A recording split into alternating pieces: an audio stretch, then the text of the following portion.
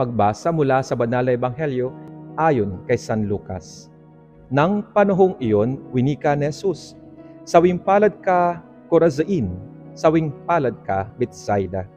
Kung sa Tiro at Sidon ginawa lamang ang mga himalang naganap sa inyo, ay malao na sanang nagsisisilang may suot na damit na balahibo at naupo sa abo. Dahil diyan, ay lalong magaan ang sasapitin ng Tiro at Sidon kaysa sa inyo sa araw ng paghukom.